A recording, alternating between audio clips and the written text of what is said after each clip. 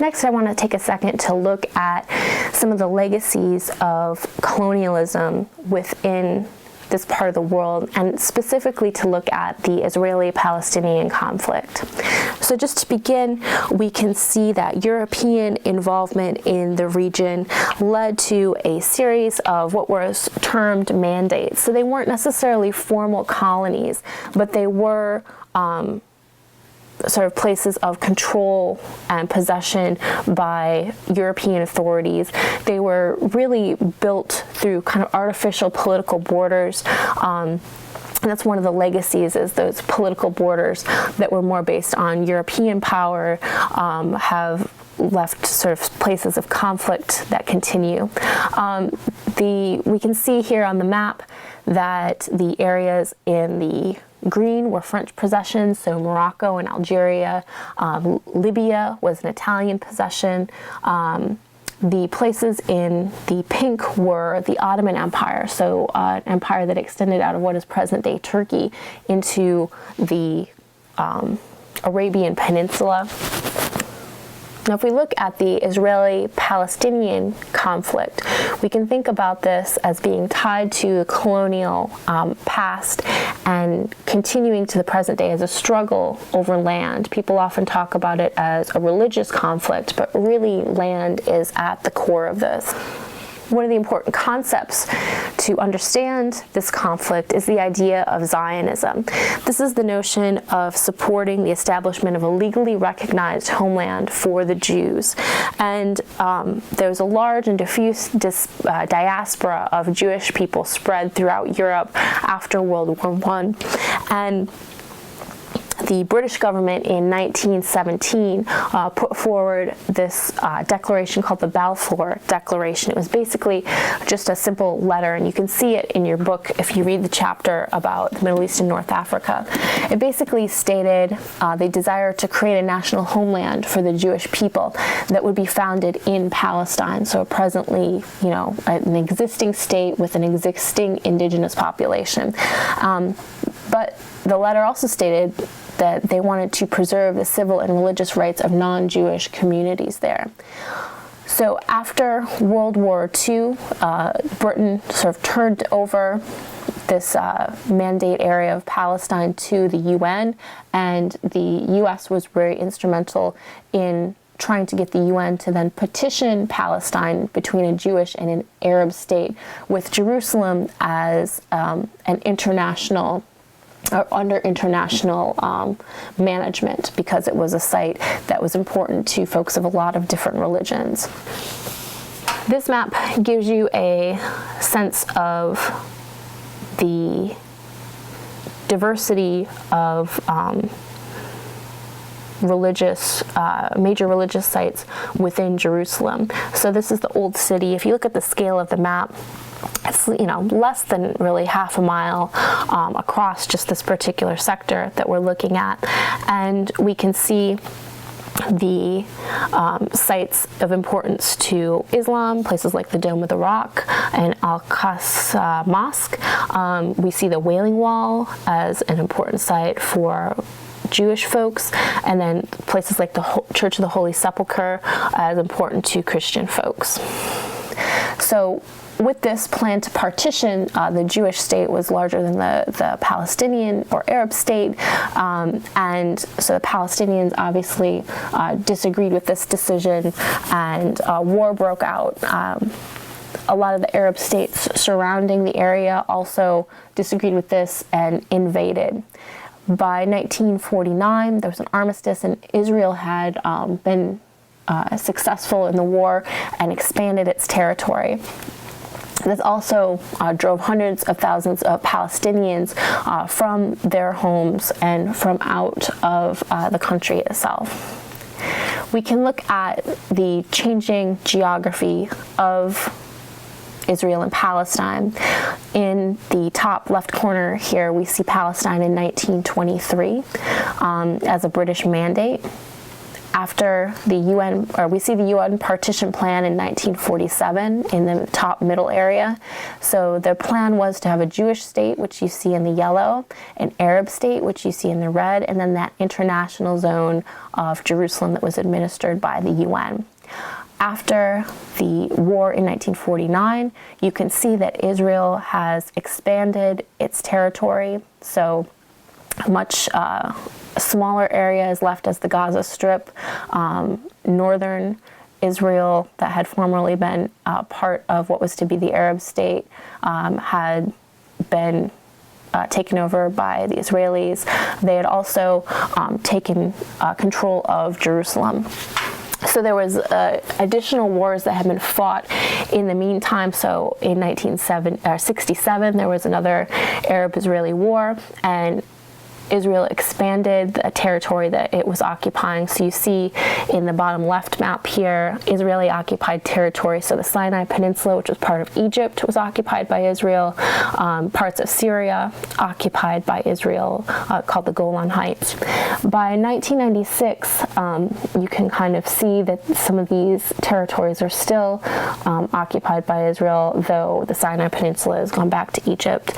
And then today, you see kind of a patchwork of different types of control. So the places in the purple on the map are areas with Palestinian civil control, total Palestinian control over the Gaza Strip, but much more patchy in the West Bank, and then continuing Israeli control throughout much of the Gaza Strip, or not the Gaza Strip, the West Bank and the Golan Heights. If we look at the issue of refugees, we can see from this map the number of registered refugees in different camps. So the largest circles have numbers of 100,000 refugees in these camps. So if we look along the bottom left hand, we see a sort of expanded image of the Gaza Strip. So very large refugee camps here with hundreds of thousands of people in places like Jabalah and Rafah. And we can think of how long this conflict has been going on. So since the 1940s, you have these people living in camps, so generations of folks displaced and not able to go back to their homes. We also have camps in some of the surrounding states. So in Jordan, we see major camps.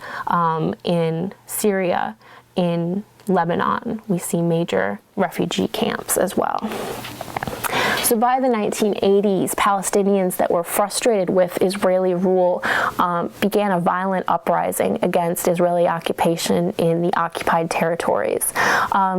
There's various organizations that have represented the diversity of Palestinian responses to this occupation. So the Palestinian Authority was the government of Palestine, and they were holding direct control of the Gaza Strip and some parts of the West Bank, providing international security and public order. The PLO, the Palestinian Liberation Organization, from the 1960s, they were more devoted to returning Palestine to Palestinian control, and today they have sort of become morphed into the Palestinian Authority.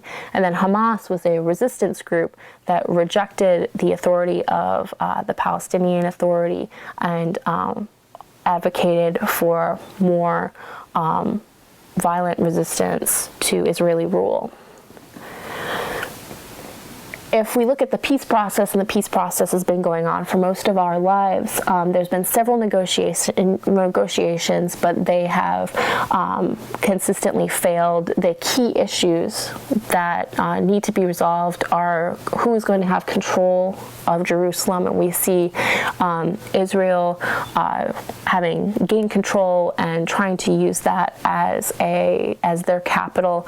Though if you look at where people have their embassies in Israel, most of them don't recognize Jerusalem as the capital of Israel because of it being a point of conflict. Another question is the fate of the Jewish settlers in occupied territories. So there's been many Jewish folks who have moved into the occupied territories to try to sort of lay additional claims to land by their presence. So what's going to happen to these folks if the areas that have been occupied return to Palestinian control? And then also a question of whether or not Palestinian refugees will be allowed to return. So people that have been displaced and in refugee camps for all these years, what will happen to those folks in the process of establishing a peace? One of the ways that this is played out spatially is an attempt by Israelis to spatially confine the Palestinians. And they've tried to do this through creating a physical barrier or a wall around or that separates Israeli and Palestinian settlements. We can see on the map here the area, the line in red is the completed barrier, the orange is the planned routes, and the green is the projected Jordan Valley barrier.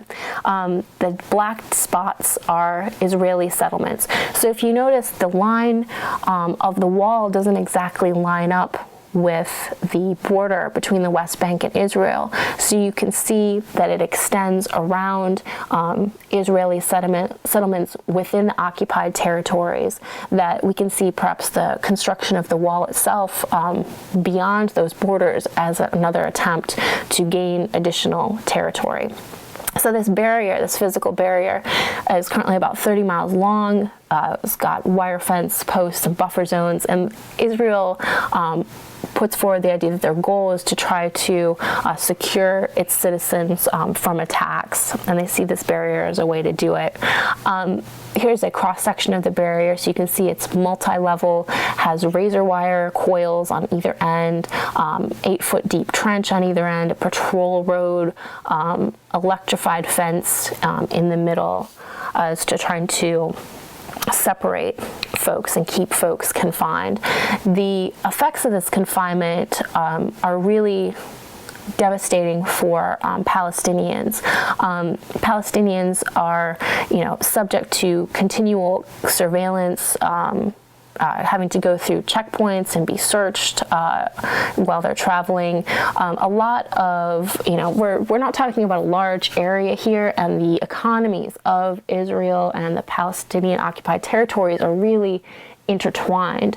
So one of the effects of this barrier is to separate Palestinians from their livelihoods, to separate Palestinians from access to health care, all of these sorts of things that have really negative effects on people living in the occupied territories. If we can kind of compare then development factors for Israel and Palestine, or the occupied territories, we can see that the Human Development Index rating for Israel is about 0.88. Remember, that's out of 1 as being sort of the ideal. Much lower for the occupied territories, 0.64. If we look at GNI per capita, it's pretty staggering. GNI per capita in Israel is about $25,000 a year. In the occupied territories, it's about 26,000, so 10 times more income earned by Israelis than Palestinians. And as I said, often these economies are intertwined, and Palestinians are looking to find work in Israel. If we look at health outcomes, things like life expectancy, Israel, it's about 82 years. In occupied territories, about 73. So almost 10 years less in terms of life expectancy. And another issue that's very important, that's often overlooked in this conflict, is the issue of water consumption.